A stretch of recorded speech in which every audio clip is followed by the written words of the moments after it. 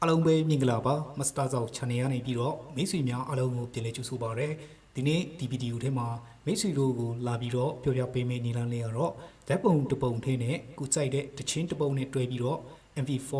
music video ပုံစံမျိုးလုပ်တဲ့နည်းလမ်းလေးကိုသင်ပေးပါလို့မေးထားတဲ့မိတ်ဆွေများတွေကိုဒီဗီဒီယိုထဲမှာဓာတ်ပုံတစ်ပုံထဲနဲ့ကိုကြိုက်တဲ့တခြင်းများနဲ့တွဲပြီးတော့ MP4 music video ပုံစံမျိုးလုပ်တဲ့နည်းလမ်းလေးကိုဒီဗီဒီယိုထဲမှာလာပြီးတော့ပြောပြပေးမှာဖြစ်ပါတယ်ဒီနေ့လည်းတော့တီပီတာမိတ်ဆွေတော်များများလေးရှိပြီးသားဖြစ်မှာပါတီပီတာမိတ်ဆွေများဆိုလို့ရှိရင်တော့ကြော်သွားနိုင်ပါတယ်မတိတဲ့မိတ်ဆွေများနဲ့နေထားတဲ့မိတ်ဆွေများအတွက်ဒီဗီဒီယိုလေးကိုဆုံးအောင်ကြည့်ရှုသွားနိုင်ပါတယ်ဟုတ်ကဲ့ပါကျွန်တော်ရဲ့ဒီဗီဒီယိုအစီအစဉ်လေးမစခင်မှာဗီဒီယိုအောက်က subscribe ဆိုတဲ့နေရာကိုစာထားလေးနှိပ်မထားတဲ့မိတ်ဆွေများရှိခဲ့ရင်ဗီဒီယိုအောက်က subscribe ဆိုတဲ့နေရာစာထားလေးကိုနှိပ်ပြီးတော့ဘေးနားအခေါင်းလေးပေါ်လာရင်ခေါင်းလေးကိုပါတီးထားပေးခဲ့ဖို့တောင်းဆိုချင်ပါတယ်အားလုံးကျေးဇူးတင်ပါတယ်။ Okay ဒါဆိုလို့ရှိရင်တော့ကျွန်တော်တို့ဗီဒီယိုအစီအစဉ်လေးကိုစကြည့်လိုက်ရအောင်နော်။ Okay ဆိုတော့ပထမဆုံးအနေနဲ့ကျွန်တော်တို့ Play Store ထဲမှာတွားပြီးတော့ကျွန်တော်တို့ application တစ်ခုကိုကျွန်တော်တို့ download ဆွဲယူရမှာဖြစ်ပါတယ်။ကျွန်တော်တို့ Play Store ထဲကိုကျွန်တော်တို့တွားလိုက်မယ်။တွားပြီးတော့မှကျွန်တော်တို့ပေါ့နော်။ဒီ set နေရာမှာကိုကျွန်တော်တို့ Capcut ဒီမှာCapcut ဆိုတဲ့ဒီ application လေးကိုကျွန်တော်တို့ download ဆွဲယူရမှာဖြစ်ပါတယ်ကျွန်တော်တို့ဒီလိုရိုက်ရှာလိုက်ပါဒီ application ဆိုလို့ရှိရင်တည်တဲ့လူတွေတော်တော်များများရှိရောเนาะဆိုတော့ကျွန်တော်တို့ဒီ application လေးကိုကျွန်တော်တို့ဒီမှာပေါ့เนาะကျွန်တော်တို့ဒီ application လေးကိုကျွန်တော်တို့ဖုန်းထဲမှာကျွန်တော်တို့ download ဆွဲယူလိုက်ပါဒီမှာပေါ့เนาะကျွန်တော်တို့ဒီမှာ download ဆွဲယူလိုက်ပါကျွန်တော်တို့ဒီ application ကိုအသုံးပြုရမှာဖြစ်ပါတယ် okayပြီးသွားပြီဆိုလို့ရှိရင်ကျွန်တော်တို့ download ပြီးပြီဆိုလို့ရှိရင်ကျွန်တော်တို့ဒီ application တွေကိုကျွန်တော်တို့တွားလိုက်မယ်ကျွန်တော်တို့ဒီ application တွေကိုကျွန်တော်တို့ဝင်လိုက်မယ်ကျွန်တော်တို့ application တွေရောက်ပြီဆိုလို့ရှိရင်ကျွန်တော်တို့ဒီမှာပေါ့နော် new project ဆိုတဲ့ဒီနေရာလေးကိုကျွန်တော်တို့နှိပ်လိုက်မယ်နှိပ်လိုက်ရင်ကိုဒီနေရာမှာကျွန်တော်တို့ video နေရာပြထားတာကနေပြီးတော့ကျွန်တော်တို့ဒီ photo ဆိုတဲ့နေရာမှာကိုကျွန်တော်တို့တစ်ချက်နှိပ်ပေးလိုက်မယ်နှိပ်လိုက်ရင်ကိုတစ်ဖက်မှာကျွန်တော်တို့ရဲ့ဒီဖုန်းထဲမှာရှိတဲ့ဓာတ်ပုံတွေပေါ့နော်ကျွန်တော်တို့ကြိုက်တဲ့ကျွန်တော်တို့တချင်းနဲ့တွဲမဲ့ဖုန်းတစ်ပုံကိုကျွန်တော်တို့ရွေးချယ်ပေးလိုက်မယ်ကျွန်တော်တို့ဒီတချင်းပုံတွေအကုန်လုံးကိုပေါ့နော်ကျွန်တော်တို့ရွေးပြီးတော့မှလည်းကျွန်တော်တို့ဟိုဒီတချင်းတွေကျွန်တော်တို့ဖန်တီးနိုင်နေပေါ့နော်ကျွန်တော်တို့အကုန်လုံးကိုကျွန်တော်တို့ရွေးပြီးတော့လည်းကျွန်တော်တို့လုပ်နိုင်ပါတယ်ဒါပေမဲ့ဒီနေ့ကကျွန်တော်ဒီဗီဒီယိုထဲမှာကြိုက်တဲ့ပုံတစ်ပုံနဲ့လုပ်တဲ့ညီလာလေးကိုပဲကျွန်တော်ပြောပြပေးမှာဖြစ်ပါတယ်ဒါမေးထားတဲ့မိတ်ဆွေကလည်းပုံတစ်ပုံနဲ့ပဲကျွန်တော်တို့မေးထားတာဖြစ်တဲ့အတွက်ကြောင့်မလို့ဒီပုံတစ်ပုံလေးကိုကျွန်တော်ရွေးပြီးတော့ကျွန်တော်ဒီ MP4 ဒီဗီဒီယိုပုံစံမျိုးပေါ့နော်ကျွန်တော်လုပ်ပြမှာဖြစ်ပါတယ်ဒီမှာကျွန်တော်ဖုန်းတစ်ပုံကိုကျွန်တော်ရွေးလိုက်ပြီးအဲ့တော့ဒီမှာ add ဆိုတဲ့နေရာမှာတစ်ပုံပဲရှိတယ်ဒါလေးကိုကျွန်တော်ယူလိုက်မယ်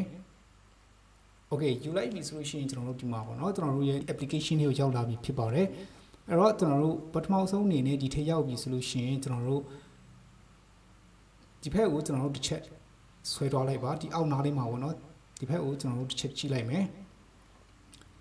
ကြည့်ပြီးတော့မှကျွန်တော်တို့ဒီမှာ format ဆိုတဲ့နေရာမှာပေါ့နော်ကျွန်တော်တို့တစ်ချက်နှိပ်ပေးမယ်ပြီးရင်ဒီနေရာမှာကိုကဘယ် site ယူမလဲပေါ့နော်96ယူမလားဒါမှမဟုတ်16 9ယူမလားပေါ့နော်ကျွန်တော်တို့ site တဲ့အရွယ်အစားကိုကျွန်တော်တို့ယူချင်နိုင်တယ်96ဆိုလို့ရှိရင်တော့ Facebook နဲ့ TikTok ပေါ့နော်ပေါ်မှာကျွန်တော်တို့တင်လို့ရှိရင်အဆင်ပြေတယ်16 9ဆိုလို့ရှိရင်တော့ကျွန်တော်တို့ YouTube ဒီပေါ်မှာတင်ရင်အဆင်ပြေတယ်ပေါ့နော်ဒီတစ်ဆိုလို့ရှိရင်လည်းကျွန်တော်တို့ Facebook နဲ့ဒီ YouTube ပေါ်မှာတင်လို့အဆင်ပြေတယ်ပေါ့နော်ကျွန်တော်ကတော့ဒီတစ်ကိုကျွန်တော်ရွေးပြီးတော့ပြပေးမှာဖြစ်ပါတယ်ကျွန်တော်တို့တစ်ကိုကျွန်တော်ရွေးပြီးတော့မှကျွန်တော်တို့ပြီးသွားပြီဆိုလို့ရှိရင်ဒီနေရာမှာနှိပ်ပြီးတော့ပြန်ထွက်သွားမယ် Okay ပြီးရင်ကျွန်တော်တို့ဒီနားလေးကကျွန်တော်တို့ canvas ဆိုတဲ့နေရာမှာကျွန်တော်တို့ပြန်နှိပ်မယ်နှိပ်ပြီးတော့မှကျွန်တော်တို့ဒီ background ပေါ့နော်ဒီ background မှာကျွန်တော်တို့ပုံလေးထားမယ်ပေါ့နော်ကျွန်တော် color လေးတွေကျွန်တော်တို့ထားမယ်ပေါ့နော်ကျွန်တော်တို့ဒီမှာ color နေရာမှာနှိပ်မယ်ကိုကြိုက်တဲ့ color ကိုကျွန်တော်တို့ရွေးချယ်နိုင်တယ် okay ပေါ့နော်ကျွန်တော်ရွေးချယ်မယ်ကြိုက်လို့ရှိရင်ကိုဒီမှာအမှန်ချစ်ကလေးကိုနှိပ်ပေးလိုက်မယ် okay နော်နောက်ထပ်ဒီ background ဆိုတဲ့နေရာမှာနှိပ်ပြီးတော့လည်းတခြား color တွေကိုဖုန်းထဲမှာရှိတဲ့ဟာတွေလည်းထပ်ပြီးတော့ပေါ့နော်ကျွန်တော်တို့ထားနိုင်တယ်ဖုန်းထဲကဟာကိုကျွန်တော်တို့ရွေးပြီးတော့ color background နောက်ခံ background ကိုထည့်မယ်ဆိုလို့ရှိရင်ဒီနေရာမှာနှိပ်ပါဒီထက်ရှိပြီးတော့နှိပ်မယ်ထည့်မယ်ဆိုလို့ရှိရင်လည်းဒီနေရာမှာကျွန်တော်တို့ထပ်ပြီးတော့ရွေးချယ်နိုင်တယ်ဒါမှမဟုတ်လဲကျွန်တော်တို့ဒီမှာ main လေးကိုကျွန်တော်တို့ထည့်မယ်ဆိုလို့ရှိရင်လည်းဒီနေရာမှာကျွန်တော်တို့နှိပ်ပြီးတော့ကျွန်တော်တို့ကြိုက်တဲ့ဟာလေးထည့်လို့ရပါတယ်ပြီးရင်ကျွန်တော်တို့ဒီအမှန်ချစ်ကလေးကိုကျွန်တော်ချစ်ပေးလိုက်မယ်ကျွန်တော်တို့လူချင်းတဲ့ background ကျွန်တော်တို့ထည့်ပြီးသွားပြီဆိုလို့ရှိရင်ပေါ့နော်ကျွန်တော်တို့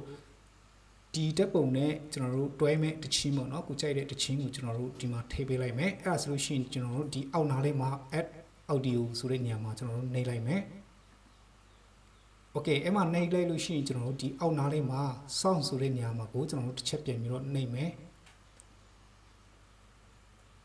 Okay အဲ့မှာနှိပ်လိုက်ရင်ကိုကျွန်တော်တို့ဒီဘက်မှာဒီလိုပုံစံလေး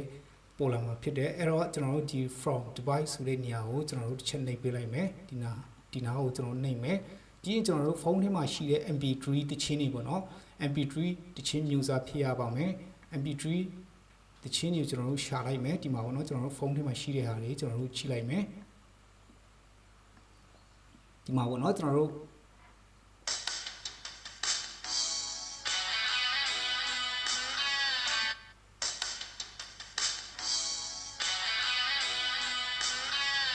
Okay ကိုကြိုက်တဲ့တချင်းကိုကျွန်တော်တို့ကြည့်လိုက်မယ်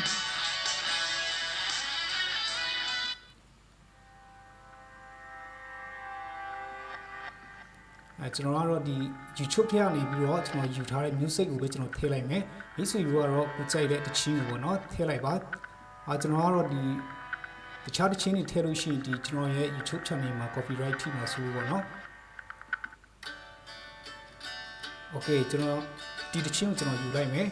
ကျွန်တော်ဒီတချင်းကိုကျွန်တော်တွဲမယ်ဆိုလို့ရှိရင်အပေါင်းမှာနှိပ်လိုက်မယ် Okay အခုကျွန်တော်တို့ဒီပုံနဲ့တချင်းနဲ့ကျွန်တော်တို့တွဲပြီးသားဖြစ်သွားပါပြီအဲ့တော့ကျွန်တော်တို့ဖွင့်ကြည့်မယ် Okay အဲ့တော့ကျွန်တော်တို့ဒီမှာကြည့်လိုက်မယ်ကျွန်တော်တို့တချင်းကတော့ကျွန်တော်တို့ဒီပုံထက်ပေါ့နော်ကျွန်တော်တို့ဒီပုံထက်ပူပြီးတော့ရှည်နေတယ်ပေါ့နော်အဲ့တော့ကျွန်တော်တို့ကဒီတချင်းတွေကိုကျွန်တော်တို့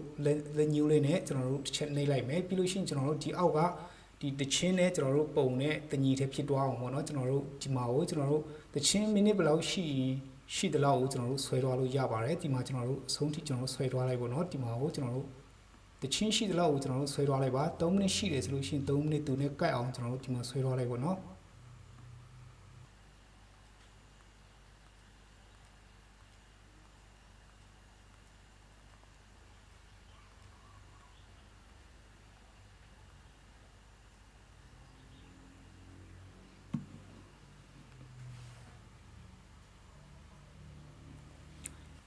Okay ဘောနော်ကျွန်တော်တို့ဒီအောက်နားလေးကတချင်းဆုံးတဲ့အထိကိုကျွန်တော်တို့ဆွဲသွားပေးလိုက်ပါကျွန်တော်တို့ဒီမှာပေါ့နော်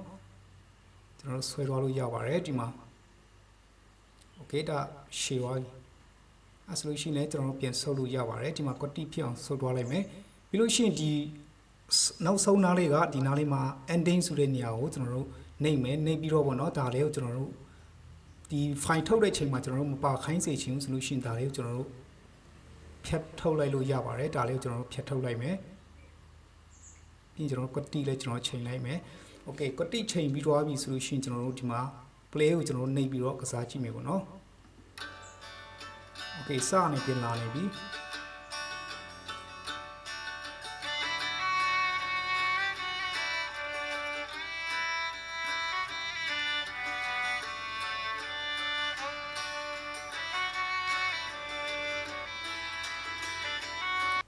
Okay အခုကျွန်တော်တို့အနေနဲ့ဒီနေရာမှာကျွန်တော်တို့စာသားကျွန်တော်တို့ထူးချင်တယ်ဆိုလို့ရှိရင်လည်းကျွန်တော်တို့စာသားကိုကျွန်တော်တို့ထည့်လို့ရပါတယ်ထည့်မယ်ဆိုလို့ရှိရင်ကျွန်တော်တို့ဒီဘက်ကိုကျွန်တော်တို့လာမယ်ပေါ့နော်လာပြီးတော့ကျွန်တော်တို့ဒီမှာ text ဆိုတဲ့နေရာမှာကျွန်တော်တို့နှိပ်မယ်နှိပ်ပြီးတော့ဒီအောက်နားလေးမှာ s text ဆိုတဲ့နေရာမှာပေါ့နော်ကျွန်တော်တို့နှိပ်မယ်နှိပ်ပြီးတော့မှကျွန်တော်တို့အဲ့မှာကျွန်တော်တို့စာသားတွေထူလို့ရတာပေါ့နော်ဒီမှာကျွန်တော်တို့စာသားတွေထူလို့ရတယ်ကျွန်တော်တို့စာသားထူလို့ရအောင်နော်ကျွန်တော်တို့ထိုးပြီးတော့မှကျွန်တော်တို့ဒီနားလေးမှာကျွန်တော်တို့ format တွေအကုန်လုံးပြောင်းလို့ရပါတယ်ဒီမှာစာသားတွေထိုးလို့ရတယ်ပေါ့နော်ထိုးပြီးတော့မှကျွန်တော်တို့ဒီမှာအမှန်ချစ်ကလေးကိုကျွန်တော်တို့နှိပ်ပေးလိုက်မယ် Okay ဟုတ်နော်အဲစာသားတွေထိုးလို့ရတယ်ပြီးလို့ရှိရင်ကျွန်တော်တို့အကုန်လုံးပြီးသွားပြီဆိုလို့ရှိရင်တော့ကျွန်တော်တို့ဒီတချင်းကိုပေါ့နော်ကျွန်တော်တို့ဒီ MP4 file ကိုကျွန်တော်တို့ထုတ်မယ်ဆိုလို့ရှိရင်ကျွန်တော်တို့ဒီအပေါ်နားလေးမှာပေါ့နော်ကျွန်တော်တို့နှိပ်လိုက်မယ်ဒီမှာပေါ့နော်ကျွန်တော်တို့အကုန်လုံးပြီးသွားပြီဆိုလို့ရှိရင်ပေါ်နားလေးမှာကျွန်တော်တို့ဒီမှာနှိပ်လိုက်မယ်နှိပ်လိုက်လို့ရှိရင်ကျွန်တော်တို့ဒီမှာတရားပြည့်တဲ့အထိကိုကျွန်တော်စောင့်ပေးလိုက်ပေါ့နော်